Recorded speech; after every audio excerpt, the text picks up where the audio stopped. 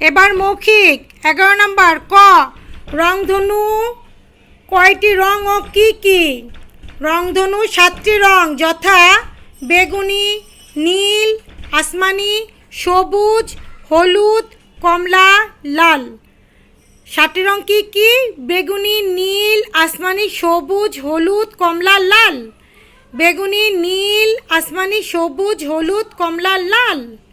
আবার বলি, বেগুনি, নীল, আসমানি, সবুজ, হলুদ, কমলা, লাল। খ। 4টি দিকের নাম বলো।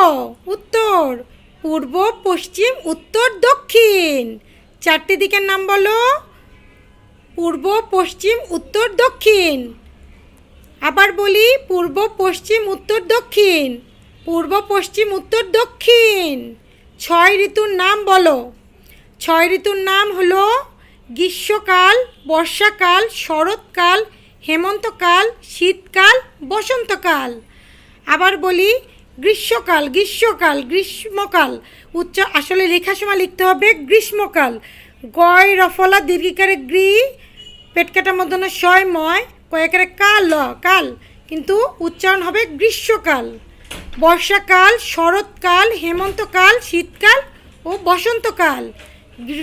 গ্রীষ্মকাল, বর্ষাকাল, শরৎকাল, হেমন্তকাল, শীতকাল ও বসন্তকাল।